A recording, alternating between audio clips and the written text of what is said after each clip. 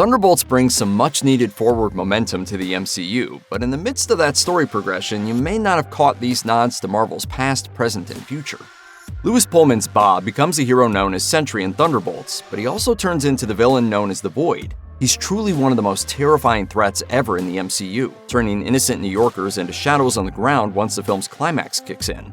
It's haunting imagery, and even more unsettling when you consider that director Jake Schreier told Collider that the disappearances definitely came from images from Hiroshima and those kinds of shadows. The film foreshadows the Void's powers in the opening sequence, though it was pretty easy not to pick up on that.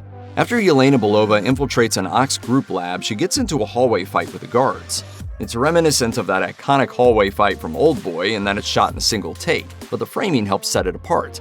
There's a single light source as the camera shoots the action overhead, so you mostly make out the guards' shadows as they approach Yelena. It looks great, but it's also an indicator of what's to come once the Void arrives. Not only does this clever use of shadows hint that the Void is coming, but it also provides further insight into Yelena's mental state. We first see her on top of a building and hear an internal monologue of how she feels empty inside. She soon goes into the fight sequence where it doesn't even look like she's beating up human beings, just their shadows. It's the shadows and the darkness coming for her, and from a metaphorical perspective, she has to learn how to beat the darkness as much as Bob does. So what, do we all just punch and shoot? Ox Group sounds an awful lot like Oscorp, so if you were thinking Norman Osborn, once the head of the Thunderbolts in the comics, was going to show up, that's understandable. You know how much I sacrificed? But the Ox Group is totally different. It's Valentina's insidious organization. She's undergoing impeachment proceedings for her nefarious affiliation with the company, so she sends the Thunderbolts to cover up her crimes, including experimentation on Bob. The Ox Group was first mentioned in a story in 2011's Ultimate Fallout No. 3 by Jonathan Hickman and Stephen Kurth. Granted, that story takes place in a different universe, but Valentina was still the founder of the organization in that reality. OXE would later show up in Earth 616 in 2023's Thunderbolts No. 1 by Colin Kelly, Jackson Lansing, and Geraldo Borges. That version of the group was founded by a life model decoy of Valentina, and Bucky Barnes goes to her to help him form a new Thunderbolts outfit that's probably the closest to the iteration of the group we get in the movie. Bucky's team in the comics features Yelena, Red Guardian, and US Agent, so a certain amount of inspiration seems to have come from there. No matter how you slice it, this company is bad news. The Ox Group / OXE and Valentina get up to no good no matter what universe they're in. On your left has become something of an unofficial catchphrase for Captain America's in the Marvel Cinematic Universe.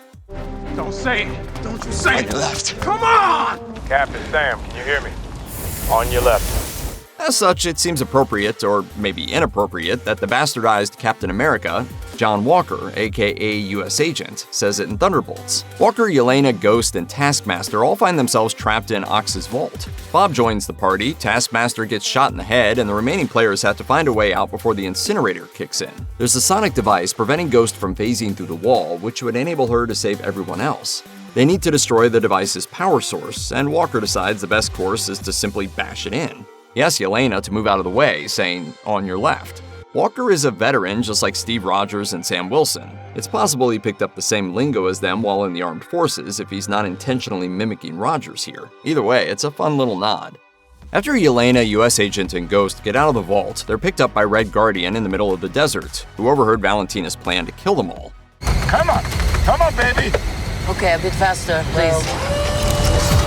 They get some unwanted visitors with Ox cronies trying to shoot them down. Fortunately, Bucky's also hot on their trail and he takes out their assailants. The whole sequence feels a bit like deja vu if you watched Marvel's What If on Disney+. Season 3 has an episode called What If the Red Guardian Stopped the Winter Soldier. In it, Red Guardian prevents Bucky from killing the Starks, and the two later join forces so that they can meet up with the Rook to get back to Russia. Part of this journey involves driving through the desert where they have to evade capture from Bill Foster. Visually, the Thunderbolts scene looks similar, with Red Guardian behind the wheel in both instances. The main difference is that Bucky isn't in the car with him, so we miss out on fun banter between the two. One might even say Red Guardian driving through an American desert is a canon event. For years, Marvel fans have speculated about who bought Avengers Tower once the team became defunct.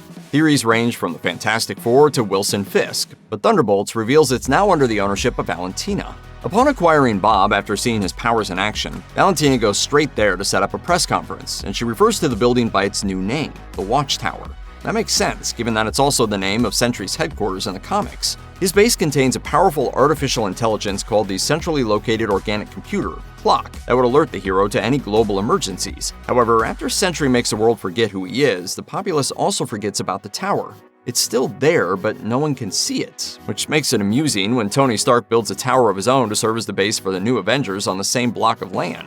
When Sentry reappears to the world, the Watchtower does too, and it's now on top of the new Stark Tower. In Thunderbolts, the Watchtower also serves as Sentry's base. It's where Valentina wants to introduce him to the world as its new protector. And with the Thunderbolts getting dubbed the new Avengers by the end of the film, the building becomes both a base for them and Sentry, just like the bizarre Stark Tower/Watchtower. Throughout Thunderbolts, Valentina gets assistance from Mel, who wavers in her loyalty.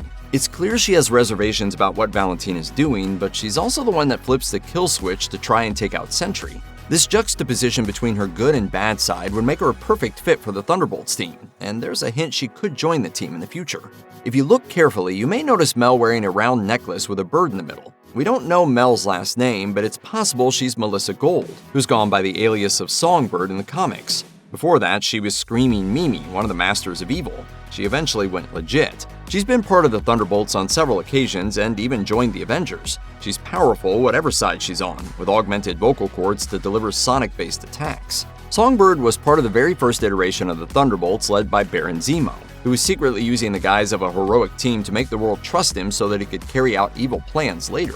Songbird, as well as some other members of the team, liked being viewed as heroes, so they rebelled against Zemo.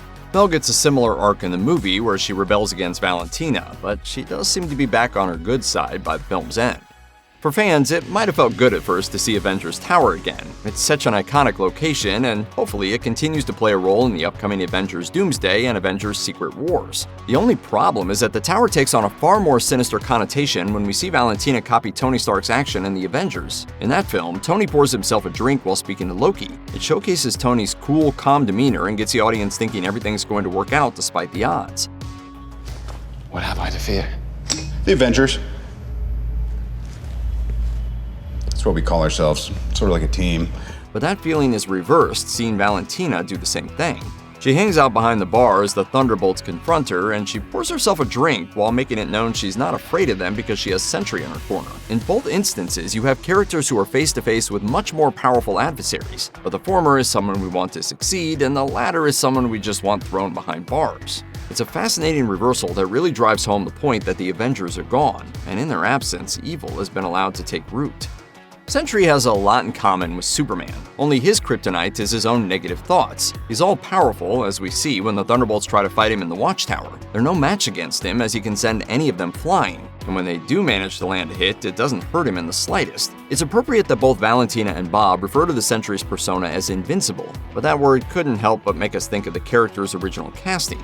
Stephen Yeun was originally cast as Sentry, but he exited the movie following the 2023 SAG-AFTRA strike when shooting schedules got pushed back and rearranged. Yeun likely isn't hurting too badly after the missed opportunity, as he's still the voice of another superhero, the titular character of Amazon's critically acclaimed animated show Invincible, adapted by Robert Kirkman from his comic of the same name. This is for the greater good! Yeah, I've heard that before. Given the sheer number of times Invincible is said in Thunderbolts, we can't help but wonder if that was meant as a nod to Yen's casting, and the writers either didn't change it following the recast or they still wanted to give Yen a little shout out. Now, we could be reading into it too much. Sentry is literally invincible after all, but it's still a cool little detail, and maybe it'll encourage more viewers to debate over who would win in a Sentry versus Invincible showdown. One of the most confounding aspects of Thunderbolts is the title itself. Fans have speculated why the title has an asterisk at the very end, with one theory being that it represents the 6 members of the team, or perhaps 6 bullets converging. No. That's just a fairy tale. The film itself even plays around with the imagery of the asterisk. When Yelena, Bob, Ghost, and US Agent are climbing their way out of the elevator shaft back to back with their feet giving them balance against the wall, they kind of look like an asterisk themselves. In actuality, the name Thunderbolts in the film stems from Yelena's old soccer team, also called the Thunderbolts. Yelena brings it up to make fun of John Walker, citing his high school football career as to why he's a good leader, and Red Guardian is more than happy to make the name stick. It's a pretty silly origin, but honestly, it's about as random as the origin of the name in the comic books. Baron Zemo comes up with the name, telling the team that it's inspired by a line from the 17th century poet Thomas Randolph, which reads, "Justice, like lightning, never should appear to few men's ruin, but to all men's fear. Our hope is that we can be that lightning, that justice." Randolph reportedly never actually wrote this, but that's besides the point. However, the big surprise at the film's end is that this team isn't the Thunderbolts at all, hence the asterisk. Valentina introduces them to the press as the new Avengers, and the closing title sequence sees the Thunderbolts logo vanishing to make room for the new Avengers. In order to get to that final post-credit scene that has some multiverse-shattering ramifications, you need to get through some lengthy credits. If you look carefully under special thanks, you'll find Jon Watts listed. You may think you know why he's there. After all, he's the director of Tom Holland's 3 existing Spider-Man movies, so he's been in the Marvel gang for a while. Maybe you think he gave director Jake Schreier some pointers on how to make a big-budget superhero movie, but the pair actually have a connection that goes back further than the MCU. As Schreier told Collider, "Jon Watts was my roommate from college and we're good friends. And I even did second unit on the LA portion of one of the Spider-Man movies, so having a little bit more kind of connection or insight into that world."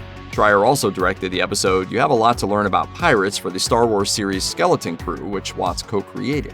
While most people probably only remember their college roommates for never washing their bed sheets, this arrangement has led to a fruitful creative partnership. How many people can say that?